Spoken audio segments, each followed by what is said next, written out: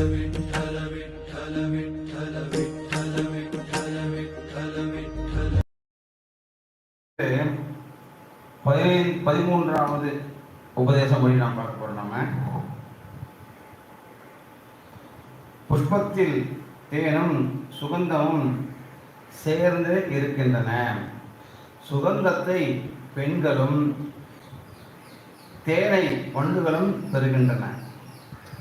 அதே போல பகவத் சரித்திரங்களில் தத்துவமும் லீலையும் சேர்ந்தே இருக்கின்றன. தத்துவத்தை ஞானிகள், லீலைகளை பக்தர்களும் அனுபவிப்பார்கள். தத்துவத்தை ஞானிகளும்